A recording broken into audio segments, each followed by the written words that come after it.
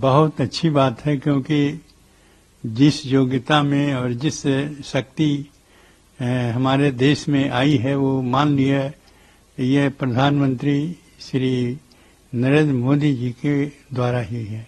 इसीलिए सारे देश विश्व के लोग यह जानते हैं कि कितना शक्तिशाली भारत है और कितना इतनी शक्ति रही, लेकिन वो सारी शक्तियां यहाँ अन्य प्रधानमंत्रियों के बीच में सोई हुई थी। लेकिन जब से प्रधानमंत्री ये माननीय नरेंद्र मोदी जी हुए तब उजागर हुआ कि क्या भारत में है, कितनी उनकी शक्ति है।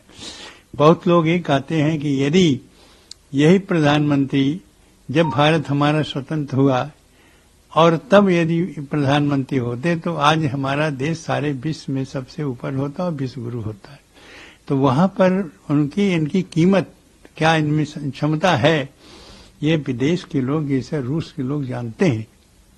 और रूस से और पुतिन से जो इनका संबंध है वो कहीं दूसरे से नहीं है इतना जितना है। इन्होंने गना दिया है कि जितनी बार ये मॉस्को गए हैं और रूस के वो प्रधानमंत्रियों से उतनी बार कहीं नहीं गए हैं। तो ये सारे जो गुण हैं, इसीलिए वो संबंध दोनों है। इतना जब हो रहा था इनका युद्ध दूसरे देशों से, तब इन्होंने कहा था तो शांति थोड़ी हुई थी। और ये प्रधानमंत्री की बात जो है, कोई देश का व्यक्ति यदि उनको सुझाव देते हैं तो मानते हैं। तो मैं समझता हूँ जो इनको अवार्ड मिला है वो बहुत अच्छी बात है। सब सोच विचार का उनके देश का सबसे महत्वपूर्ण अवार्ड है, सबसे बड़ा अवार्ड जो है वो माननीय प्रधानमंत्री जी को मिला। इसलिए प्रधानमंत्री जी को मैं धन्यवाद देता हूँ।